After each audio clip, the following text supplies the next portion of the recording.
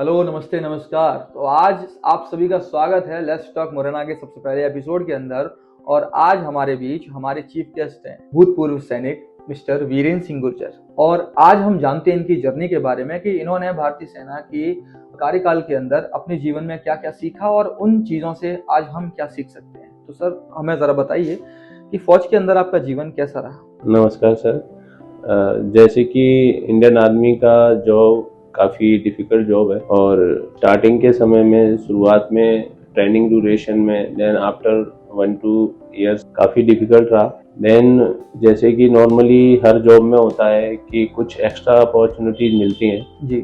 तो सेम वैसे ही Indian army में भी बहुत सारी एक्स्ट्रा अपॉर्चुनिटी है अगर आप कैपेबल हैं तो उसके थ्रू मुझे इंडियन आर्मी के थ्रू एजुकेशन कोर्स करने का मौका मिला पचमढ़ी एईसी सेंटर में। उसके बाद मैं बरकतुल्लाह यूनिवर्सिटी भोपाल में रहा। उसके बाद में AIPT कॉलेज जो है पुणे में फिजिकल कोर्स करने का मौका मिला। देन उसके बाद में अपने राजपूत रेजिमेंट सेंटर में एज ए PTI और उसके बाद में राजपूत रेजिमेंट सेंटर में जो HRDC होती है इंडियन आर्मी की ह्यूमन रिसोर्स डेवलपमेंट सेंटर जिसमें बोलते हैं, जिसमें नए जो ट्रेनीज जाते हैं उनको ट्रेनिंग दी जाती है। तो उसके वहाँ पर मैं तकरीबन 3.5 ईयर्स मेरा रहा। उसके बाद में तिरुपति में जो वेंकटेश्वरा यूनिवर्सिटी है वहाँ पर तकरीबन 3 इयर्स में एज ए NCC इंस्ट्रक्टर रहा। तो स्टार्टिंग का जो समय है वो काफ़ी डिफ़िकल्ट रहा मेरा। देन उसके बाद में कहीं ना कहीं मैं एजुकेशन फील्ड से जुड़ा रहा, लेकिन फिर भी समय समय पर जिस तरह से इंडियन आर्मी की जो पोस्टिंग्स होती हैं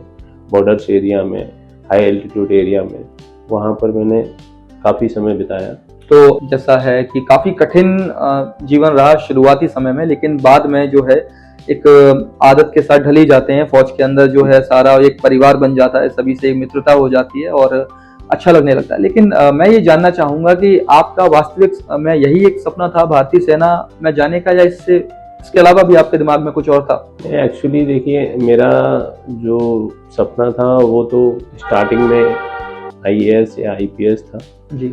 बट कुछ सिचुएशंस ऐसी होती हैं कि उस परिस्थितियों में जो है जो अपॉर्चुनिटी मिल जाए उसको गेन कर लेना चाहिए जी। स्टार्टिंग में मुझे अपॉर्चुनिटी मिली, फर्स्ट टाइम में ही मेरा जो है सिलेक्शन हो गया। देन उसके बाद ऑफर लेटर मेरे हाथ में था, फिर उसको मैंने एक्सेप्ट किया जी। जैसा आज हम देखते हैं कि वर्तमान परिस्थितियों में फौज की भर्तियों के लिए जो बच्चे हैं बहुत ज्यादा जी तोड़ मेहनत कर रहे हैं और कंपटीशन भी जो है बहुत ज्यादा बढ़ चुका है। क्या यही कंपटीशन आज से उस समय पे भी था जब आपने ज्वाइन किया था?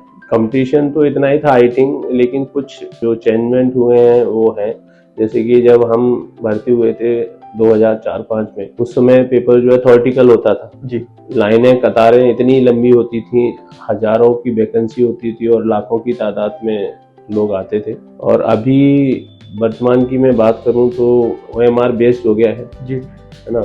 ऑनलाइन सारा प्रोसेस होता है और पहले एक स्थायी जॉब था, अभी 4 इयर्स के लिए जो अग्निवीर योजना गवर्नमेंट ने निकाली है। तो कहीं ना कहीं मतलब हम अनस्टेबल टाइप का कह सकते हैं कि आफ्टर 4 इयर्स तो आप हो वहाँ पे। देन उसके बाद डिपेंड करता है वहाँ के ऑफिसर्स के ऊपर और आपके ऊपर कि आपका जॉब कंटिन्यू रहेगा कि नहीं जी। तो जैसा कि हम समझ सकते हैं कि भारतीय सेना के लिए जो युवा हैं वो हमेशा से ही उत्सुक रहे हैं ज्वाइन करने के लिए और देश सेवा के लिए शुरू से ही मतलब फौज के लिए युवाओं ने अपना पूरा समर्थन दिया है जी। तो अब जैसा कि हम देख पा रहे हैं कि जनसंख्या वृद्धि भारत के अंदर बढ़ती जा रही है और जो सरकारी नौकरियां हैं फौज की या किसी अन्य डिपार्टमेंट में, वो इन सभी की फुलफिलमेंट नहीं कर सकती, सभी की पूर्ति नहीं कर सकती।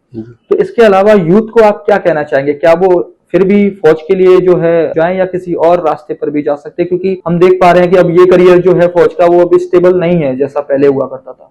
देखिए, मैं जैसा कि मैंने आपको बताया था कि मैं तकरीबन 3 इयर्स साउथ में मेरी जर्नी रही है और वहाँ पर मैं एज ए NCC इंस्ट्रक्टर रहा हूँ। तो कहीं ना कहीं हमारा नॉर्थ इंडिया को छोड़ के साउथ का लेवल एजुकेशन में काफी आगे, जहाँ पर आपको हर घर से तकरीबन 1 या 2 लोग US में मिलते हैं। हर घर में आपको कम से कम 1 या 2 डॉक्टर या इंजीनियर्स मिलते हैं। तो वहाँ पर जाकर जब मैंने वहाँ जॉब किया, वहाँ आसपास के इलाके का मैंने सर्वे किया, तो मैंने देखा कि हमारा जो क्षेत्र है उस चीज से काफी पीछे है। हमारे यहाँ पर अगर घर में 4 लोग हैं तो चारों की जो सोच है, चारों बच्चों की, वो सिर्फ यहाँ तक सीमित हो जाती है, इंक्लूडिंग पेरेंट्स भी। कि बस कैसे भी करके बच्चा फौज में लग जाए या बस पुलिस की तैयारी करानी, बट वो स्किल जॉब नहीं है, अनस्किल जॉब है। आप कुछ समय के बाद में अगर आपके अंदर स्किल डेवलप नहीं होती है तो फिर आप आगे जीवन में सर्वाइव करोगे। जैसे पुलिस का जॉब तो 60 इयर्स का है, बट आर्मी का तो लिमिटेड 20 इयर्स या 24 इयर्स का जॉब रहता है, मिनिमम 17 इयर्स। उसके बाद क्या है, और अभी तो 4 इयर्स का ही हो गया। तो कहीं ना कहीं अगर मैं यही कहना चाहूँगा पेरेंट्स को भी और बच्चों को भी कि अगर आपको लगता है कि आपके बच्चे के अंदर कुछ एक्स्ट्रा एक्टिविटी है, कहीं किसी क्षेत्र में उसका ज़्यादा इंटरेस्ट है, चाहे वो इंजीनियरिंग का हो, चाहे वो मेडिकल लाइन हो, चाहे वो एनी अदर स्पोर्ट्स में हो, या यूपीएससी पीएससी की तरफ का इंटरेस्ट हो, उसको एग्रीकल्चर वगैरह या आर्ट्स वगैरह पढ़ने में ज़्यादा इंटरेस्ट हो, आप उसकी स्किल को पहचानें, देन उसके अकॉर्डिंग उसकी आगे की प्रिपरेशन करो। तो हाल ही में जैसे आपने बताया कि फौज के अंदर जो है हम जब तक सेवा करते हैं उसके बाद रिटायरमेंट काफी जल्दी ही, इसीलिए हम फौज के जो रिटायर्ड पर्सन है उसे भी जवान कहते हैं, राइट? जी। अच्छा, तो मैं जानना चाहूंगा कि वर्तमान में आप अपनी सेवाएं कहाँ दे रहे हैं? देखिए, मैंने आपको बताया था कि आर्मी की जर्नी के दौरान कहीं ना कहीं मैं एजुकेशन फील्ड में जुड़ा रहा और थोड़ा सा मैंने अपने आप की एजुकेशन स्किल को भी डेवलप किया। तो अभी वर्तमान में मेरा इंस्टीट्यूट है मुरैना में, जीवाजी के द ब्रेन एजुकेशन इंस्टीट्यूट, जहाँ पर जो है मैं एज ए डायरेक्टर अभी वर्क कर रहा हूँ। देन मेरी जो कोशिश है वो यही है कि जो युवा है या जो पेरेंट्स हैं जिनको एजुकेशन का अभाव है, या हमारे मुरैना में एजुकेशन का लेवल उस तरह का नहीं है जिस तरह का होना चाहिए, तो उनको बेटर गाइडेंस देना, उनको बेटर अपॉर्चुनिटी मुहैया कराना और सही दिशा में उनका मार्गदर्शन यही है। तो अब आप जीवन का ये जो है एक उद्देश्य बन चुका है कि लोगों को एक सही गाइडेंस देना, जो हो सकता है कि शुरुआती दौर में सर को ना मिल पाई हो, लेकिन अब उनका ये सपना है, एक लक्ष्य है कि वो सभी पेरेंट्स को और बच्चों को ये बता सके कि आने वाले समय में वो अपने जीवन को किस प्रकार से सही राह दिखा सकते हैं। तो आगे इसी कतार में अपने सवालों के इन सिलसिलों को शुरू रखना चाहेंगे।